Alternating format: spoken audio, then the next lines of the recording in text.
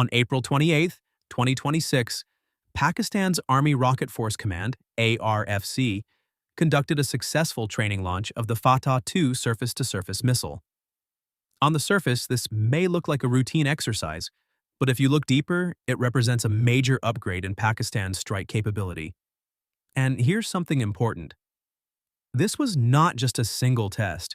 It was the third major missile-related activity conducted within a short span of days.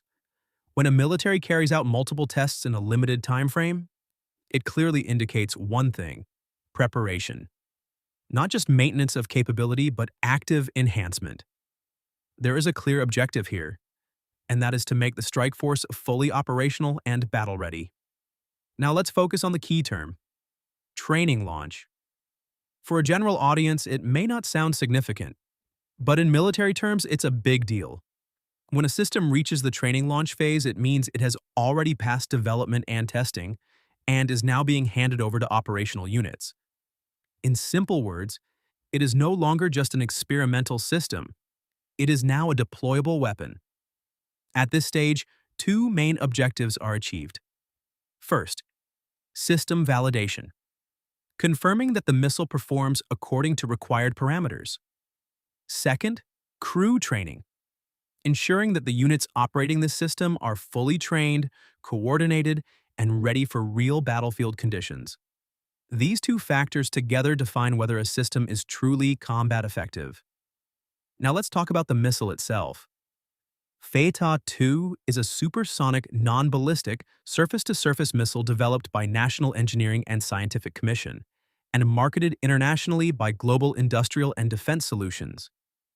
Its most dangerous feature is its all-course maneuver capability. This means the missile does not follow a fixed path.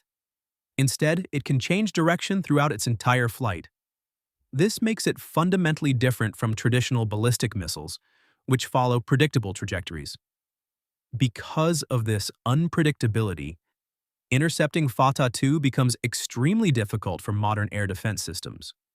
Now let's talk about speed. Being supersonic, it travels faster than the speed of sound, giving the enemy very little reaction time. Even if detected, responding effectively becomes a challenge. Next comes its range.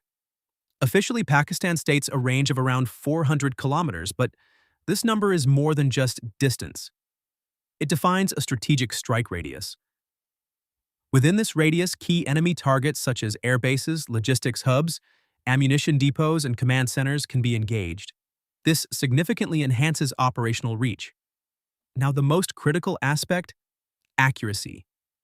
FATAH-II is a precision-guided weapon.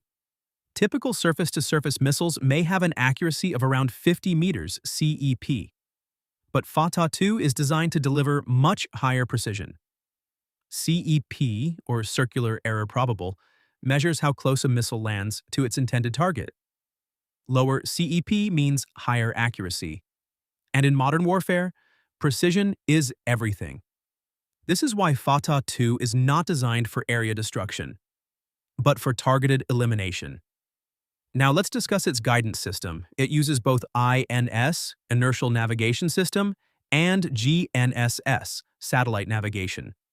What does that mean? Even if satellite signals are jammed through electronic warfare, the missile can still continue toward its target using internal navigation. This dual-layer guidance makes it more reliable and resistant to interference. Now let's move to the launcher system. According to visuals released by Inter-Services Public Relations, the missile is deployed on a mobile 8x8 wheeled launcher. Mobility gives it a major advantage.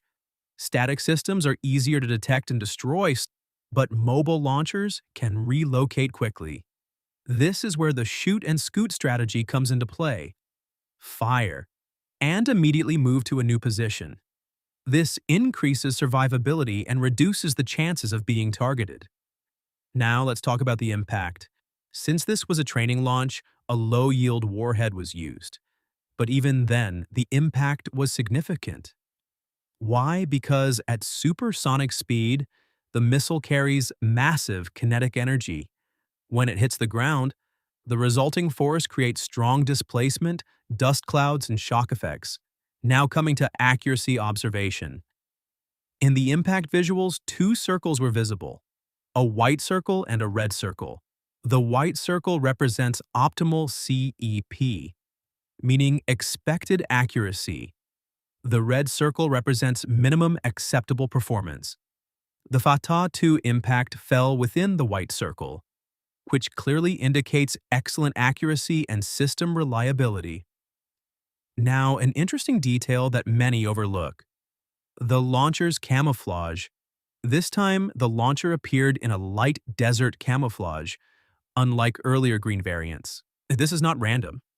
Camouflage always reflects deployment terrain. A large portion of the Pakistan-India border consists of desert regions, such as Thar and Kholistan. This suggests that FATAH-II is now being deployed in desert environments as well, which means the Army Rocket Force Command is expanding coverage across all terrains, including LOC, IB, and desert belts.